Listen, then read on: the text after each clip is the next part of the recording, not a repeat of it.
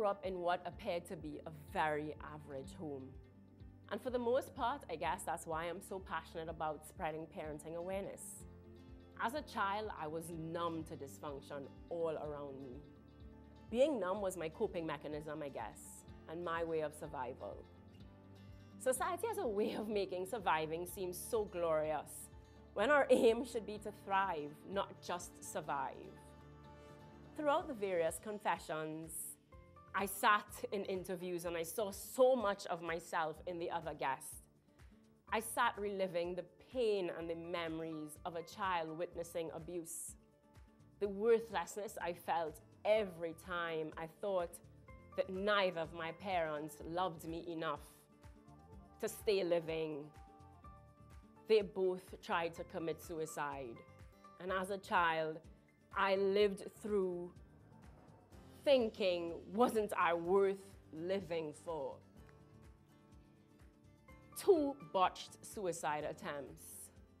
Who comforts the child after? Am I to be grateful and move on like nothing happened because the attempts weren't successful? Maybe they thought I was too young or not smart enough, or maybe they hoped I wasn't paying attention. Maybe they bought into the nonsense that kids are resilient, so she'd be fine.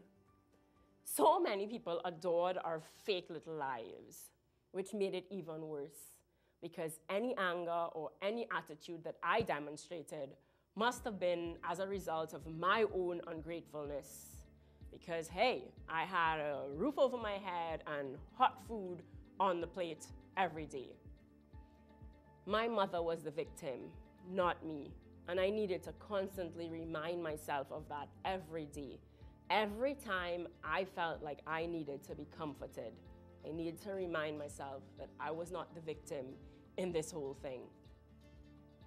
Even with all the abuse, I remember loving my father and thinking that he could do no wrong. Until the day that I asked him to end his affair. And he basically said, nope, I could jump through a hoop. I begged him not to destroy any little that was left of our family. And it just didn't matter at that point in time. That day, the rejection that I felt, it was like a ton of bricks. And from that day on, I pleased my way into love. I was either looking for love in all the wrong places, or I was pulling up my panties faster than any man could kick me out. I became so cold. I guess I believed that if no one liked me, then they couldn't get to me. Or if I didn't let anyone in, then they couldn't hurt me.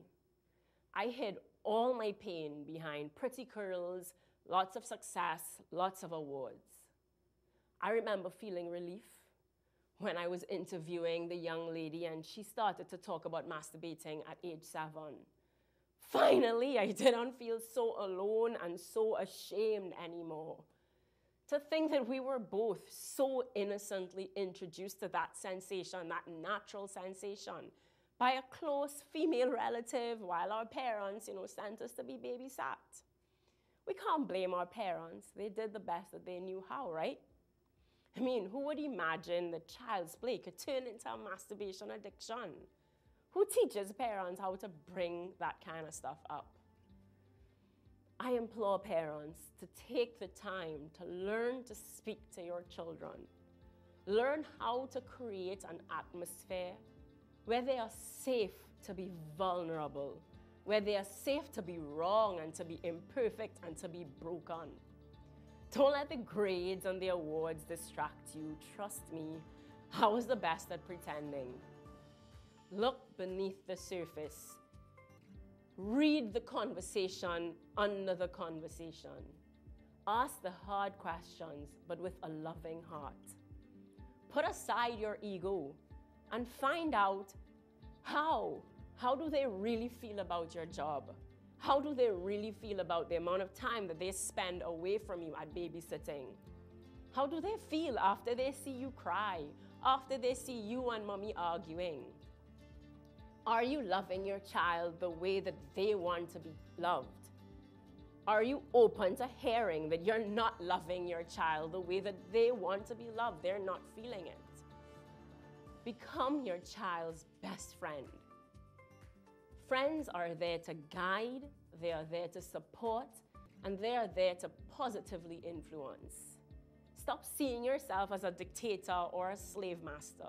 That is not authority. That is not leadership. Our children are hurting, and we're too proud to admit it.